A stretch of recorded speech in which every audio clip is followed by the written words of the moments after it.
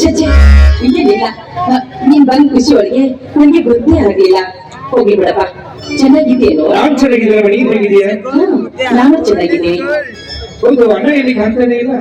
ಇಷ್ಟ ತನಕ ನಿರ್ಧಾರಿ ಕೈದು ತಾನೇ ಒಬ್ಬನ ಕಡೆಗೆ ಹೋದ್ರು. ಆದ್ರೆ ಈ ಬರಿಗೆ ಮನೆ ಕೊಡ್ತಾನೆ. ಆದ್ರೆ ಶಿಕ್ಷಣಕ್ಕಾಗ್ತದೆ ಹಣ ಕೇಳ್ತಾನೆ ಹೋಗಿರ್ಬೋದಲ್ವಾ?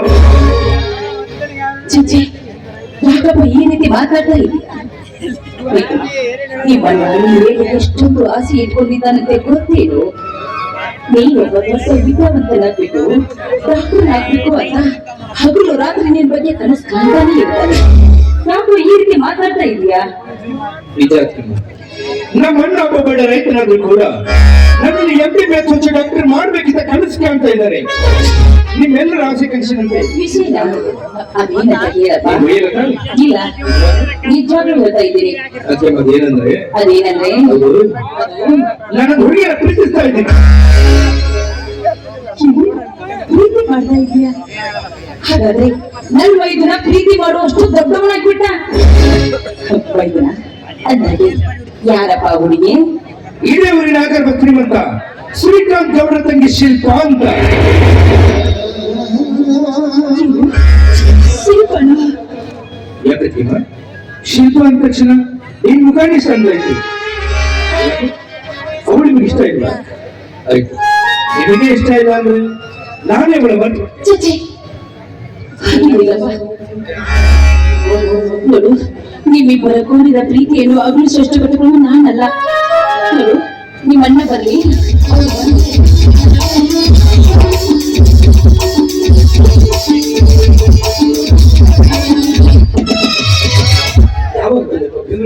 ಇದಕ್ಕೆ ಕಡೆ ಬಂದ ಚೆನ್ನಾಗಿದೆಯಾ? ನಾನು ಚೆನ್ನಾಗಿದ್ದೀನಿ. ಹೇಗೆ ನಡೀತಾ ಇದೆ ವಿದ್ಯಾಭ್ಯಾಸ? ವಿದ್ಯಾಭ್ಯಾಸ ಚೆನ್ನಾಗಿ ನಡೀತಾ ಇದೆ. ಆದ್ರೆ ನೀನ್ ಕನಸ್ಕೊಂಡಂತೆ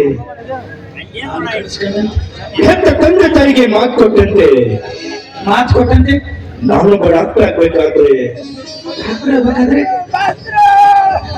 ನನಗೀಗ 10 ಲಕ್ಷ ರೂಪಾಯಿ ಹಣ ಬೇಕಾಯ್ತಾ?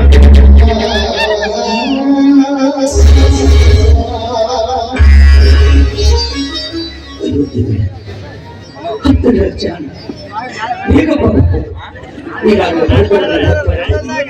ಅಂತದ್ರಲ್ಲಿ ತಮ್ಮ ಮತ್ತೆ 10 ಲಕ್ಷ ಕೇಳ್ತೇನೆ. ಅಂದ್ಮೇಲೆ ಹಣ ಇಲ್ಲ ಅಂದ್ರೆ ನನ್ನ ತಮ್ಮ ಓದನ್ನೇ ನಿಲ್ಲಿಸ್ಬಿಡ್ತಾನೆ. ಅವನು ಓದನ್ನು ನಿಲ್ಲಿಸಿದ್ರೆ ನನ್ನ ತಮ್ಮ ಡಾಕ್ಟರ್ ಆಗ್ಬೇಕಾದ್ರೆ ಕನಸು. ಹಾಗಾಗ್ಬಾರ್ದು. ನನಗೆ ಹೆಚ್ಚೆ ಕಷ್ಟ ಆದ್ರೂ ನಾ ಹಣದ ವ್ಯವಸ್ಥೆ ಮಾಡ್ಲಿಕ್ಕೆ 10 ಲಕ್ಷ ತಾನೆ. 10 ಲಕ್ಷ ನಾನು ಆದ್ರೆ ಯಾವುದೇ ಕಾರಣಕ್ಕೂ ನೀನು ಓದನ್ನು ನಿಲ್ಲಿಸ. 10 ಲಕ್ಷ ರೂಪಾಯಿ ನೀನು ವ್ಯವಸ್ಥೆ ಮಾಡ್ತೀಯ. ಮಧ್ಯಾಹ್ನದಾಗ ಹೊಟ್ಟೆ ತುಂಬ ಊಟ ಮಾಡಿದ್ರೆ ರಾತ್ರಿ ಉಪವಾಸ ಮಾಡ್ಕೊಂಡು ಮಾಡಿದ್ರೆ ನಮ್ಮದು 10 ಲಕ್ಷ ಎಲ್ಲಿಂದ ತರ್ತೀಯ?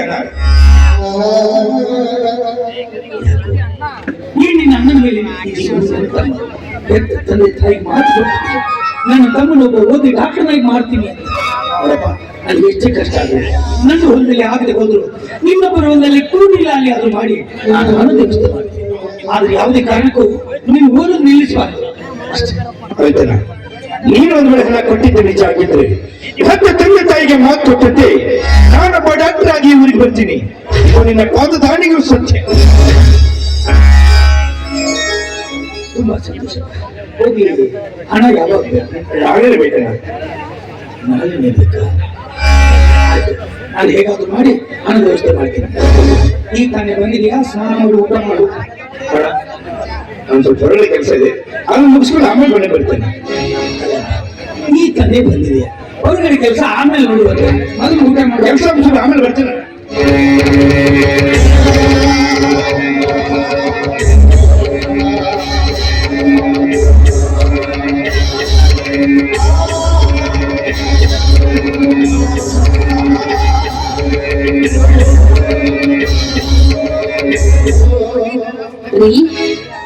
ಏನ್ ಮಾಡ್ಕೊಂಡು ನಿಂತಿದ್ರಲ್ಲ? ಏನಿಲ್ಲ ಸಾವಿತ್ರಿ,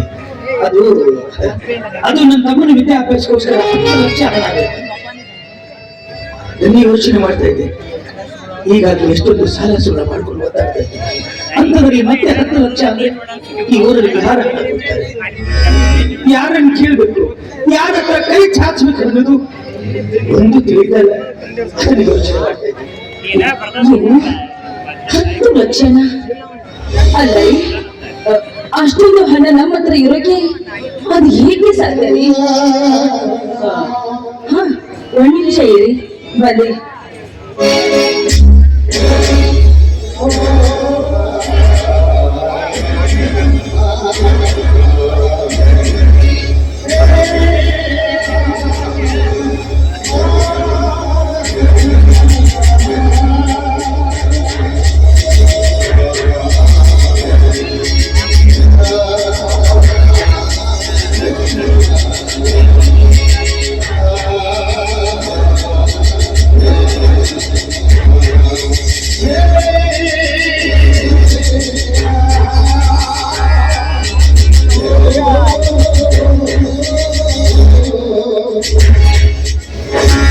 ರೀ ನನ್ನ ತವರಿನವರು ನನಗೆ ಅಂತ ನನ್ನ ಗಂಡನ ಮನೆಗೆ ಬರ್ಬೇಕಾದ್ರೆ ನನ್ನ ತವರಿನವರು ನನಗೆ 2 ಎಕರೆ ಆಸ್ತಿ ಪತ್ರ ಕೊಟ್ಟಿದ್ದಾರೆ.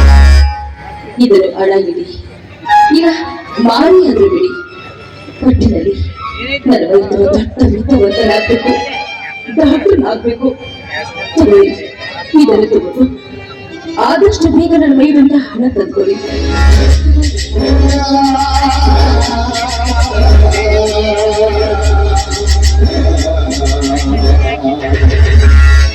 ಹೆಚ್ಚಿದೆ ಸ್ವಲ್ಪ ಹೆಚ್ಚಿದೆ. ಮದುವೆಯಾದ ಗಂಡನ ಮನೆಗೆ ಬಂದು 2 ದಿನದಲ್ಲಿ ತುಂಬಿದ ಮನೆತನವನ್ನು ಹಾಳು ಮಾಡುವ ಈ ಸಮಾಜದಲ್ಲಿ ನನ್ನ ತಮ್ಮನಿಗೋಸ್ಕರ ಪ್ರೀತಿಯಿಂದ ಕೊಟ್ಟ ಉಡುಗೊರೆಯನ್ನ ಮಾತು ಅಂತ ಹೇಳ್ತೀನಿ. ನನ್ನ ಮನೆಗೆ ಬರಲಿಲ್ಲ, ನನ್ನ ಪಾಲಿನ ದೇವತೆ ಆಗಿದೆ. ಚಿಚ್ಚಿ ಯಾಕಡೆ ಈ ರೀತಿ ಮಾತನಾಡ್ತಾ ಇದ್ದೀರಾ? ಹೋಗಿ ಆದಷ್ಟು ಬೇಗ ಹೋಗಿ ನನ್ನ ವೈದ್ಯರಿಗೆ ಹಣ ತಂದ್ಕೊಡಿ.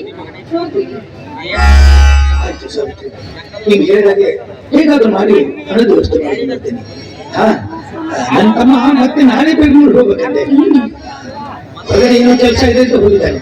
ಬಂದ್ಮೇಲೆ ಒಂದು ಊಟದ ವ್ಯವಸ್ಥೆ ಮಾಡು, ನಾನು ಆದಷ್ಟು ಬೇಗ ಹಣ ತರ್ತೇನೆ. ಸರಿ, ನೀವು ಕೂಡ ಬೇಗ ಬಂದ್ಬಿಡಿ. ನೀವು ಬಂದ್ಮೇಲೆ ಎಲ್ಲರೂ ಸೇರಿ ಊಟ ಮಾಡಿದ್ರಾಯ್ತು. ಆಯ್ತು ಸಾವಿತ್ರಿ. ದೇವರ